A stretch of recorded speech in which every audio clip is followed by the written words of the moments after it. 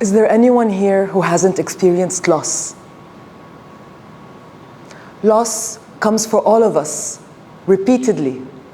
Yet, we all talk about it in hushed whispers. We say words like cancer and death behind closed doors, fearing to attract them to us. In fact, we sculpt a public image filled with our celebrations, our love and prosperity. Me too. For most of my life, this was my public image. I shared with the world the things that I felt I should be proud of. Yet, what I would like to suggest to you today is that loss is a skill. And in fact, it is a skill that we can both stand to get better at. Beyond that, we can think about it as an opportunity to transform ourselves into our best selves. Doing so can, in fact, become a superpower. Back in 2020, when I lost my mother to cancer, I wasn't very good at loss. In fact, I was so overwhelmed by it that I felt like I was drowning in an ocean of grief. Life was very kind to me over the next few years. I had a few opportunities to practice loss. I ended up losing both my parents. I had to get over leaving a 20-year career in clinical medicine. I lost a close circle of friends, even my dog. And in fact, around this time last year, I had to shake a few organs onto an operating room table. I tell you this, not so you can feel sorry for me, but to establish my credibility, that I know a thing or two about loss.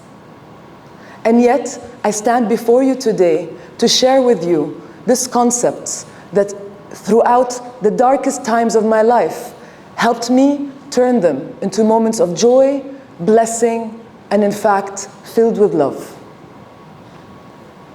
I was diagnosed with breast cancer last year and realized that I had to lose both my breasts, undergo 3 months of chemotherapy, followed by immunotherapy, all while also going through menopause, which I am hoping will not manifest itself in front of you today. It was in the doctor's office when I saw the look of horror on my sister's face as we understood what was to come that I figured whatever I had been doing until then was not going to cut it. Something altogether different and more profound was needed to navigate the tough currents ahead.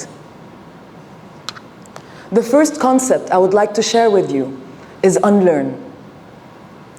When things are falling apart and your insides are screaming, this is your cue to let go of what you think you know. There were many things that I had to unlearn when I realized I had cancer. Oh, don't tell anyone you have cancer. People might think you deserve it. Oh, you can't have children anymore?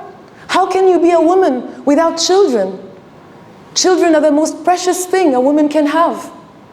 Oh, you don't have any hair, and yet you're just going out without a wig, just like that? As all the negative messaging came at me, I realized that I had to unlearn how to be how I was already in the world. I had to unlearn that my value as a woman was linked to my desirability. I had to unlearn that in order to be loved, I had to be able to do good things for the people I love. I had to unlearn that my sense of value in the world was linked to the things that I can accomplish and my ambitions.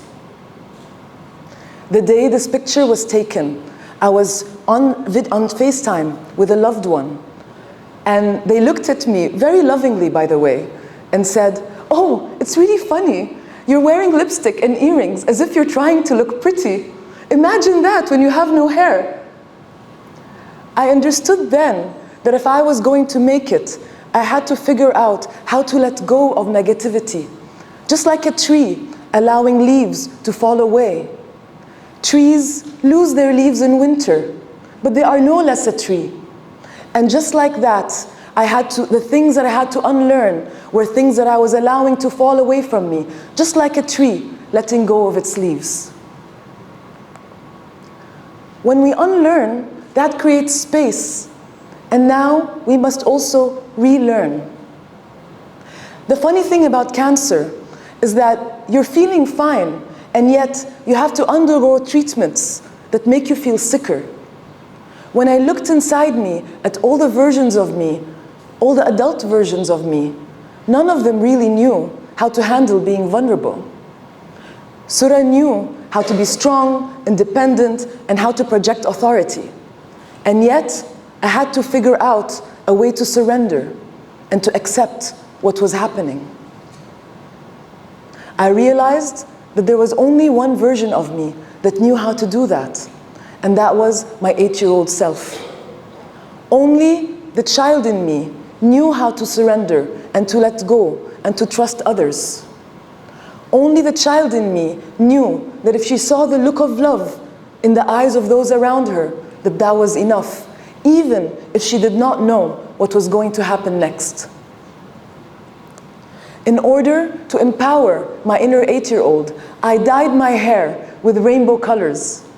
You know, it's funny, up until then, I had never dyed my hair. Get this, I was worried about the toxic chemicals that bleach would do to my hair. Thank you, chemotherapy.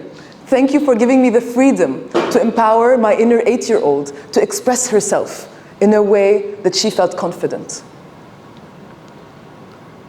This is the day that I was going to my first surgery, when I was going to have both my breasts removed.